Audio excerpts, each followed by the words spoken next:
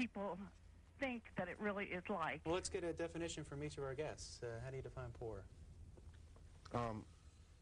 Yeah, I'm not sure I exactly understand the caller's question. I would define poverty as someone who, in a rural area, has a family income of less than $10,000, and in a city has a family income of less than $15,000. Well, actually, that would have been very wealthy for the standard that I grew up in. And Mr. Hitchens particularly, when he said he didn't feel that they could grow up to be a good parent, etc., I want to say that it has nothing to do with money. It only has to do with character. And fortunately, even though if you took my childhood and put it on the scale, it would have met the very worst circumstances. But I had a mother who was very bright and who had character.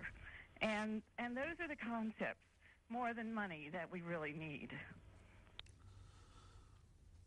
The poor are different from us, as Scott Fitzgerald famously said. They have less money.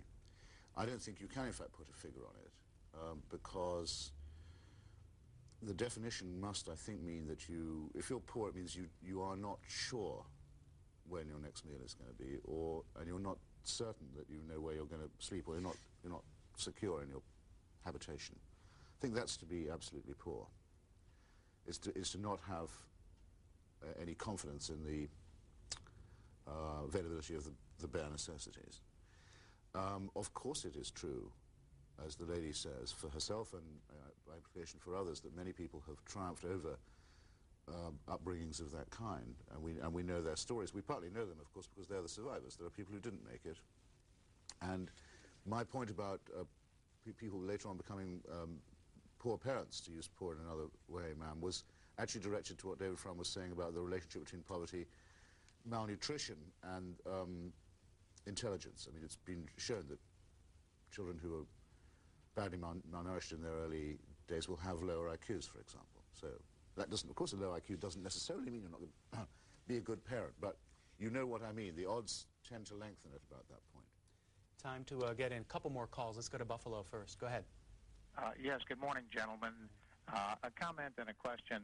The comment relates to Mr. Frum and the Canadian healthcare system. I live up here in Buffalo, and it's about a 5-minute drive from Canada. And I would challenge Mr. Frum to come up with the name of one major Canadian politician who has suggested politically that they abandon the national health care system that he condemns so much for anything that we have down here. But my real question is this, perhaps for both gentlemen.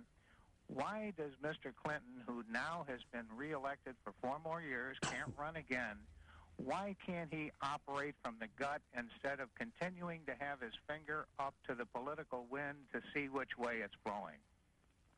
Well, I'll leave that second question to Christopher Hitchens, who probably has keener insights than I into the president's psychology. As to the first, why has no Canadian politician called for the abandonment of a system that is demonstrably now failing?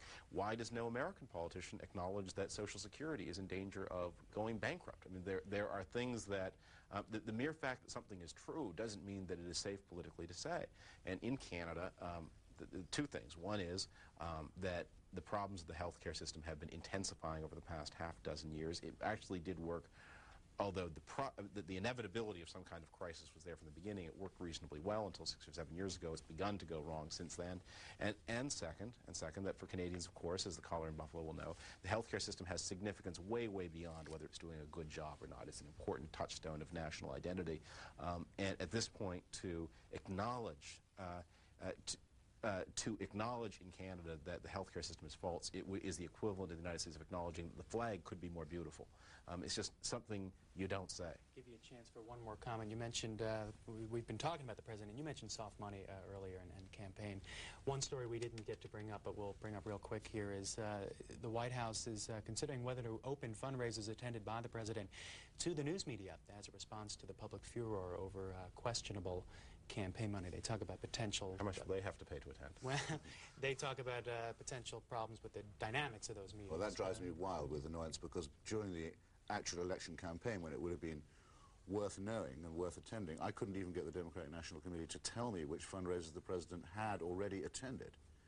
They considered that to be their private business, as indeed it was.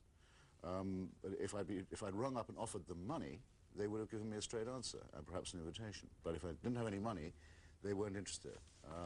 The franchising of politics and the sort of people to whom it's been franchised, like these real sweeties in Indonesia, is the scandal of the moment. And the scandal, as my friend Mike Kinsley once put it so well in Washington, is never what's illegal. The scandal is what's legal. Last thought? I am amused by the, I mean, there's the Dick Morris rule again. We asked, did he make a comeback? There it is. You issue your pro forma apology and then refuse ever again to acknowledge that anything went wrong. And then change the subject and say what we now need, of course, is a vast new regulatory statute. It's always great to hear from both of you, David Frum from the Manhattan Institute and Christopher Hitchens of Vanity Fair. Thanks a lot for joining us. Thank you. Thanks for having us. And we'll be back in a couple minutes.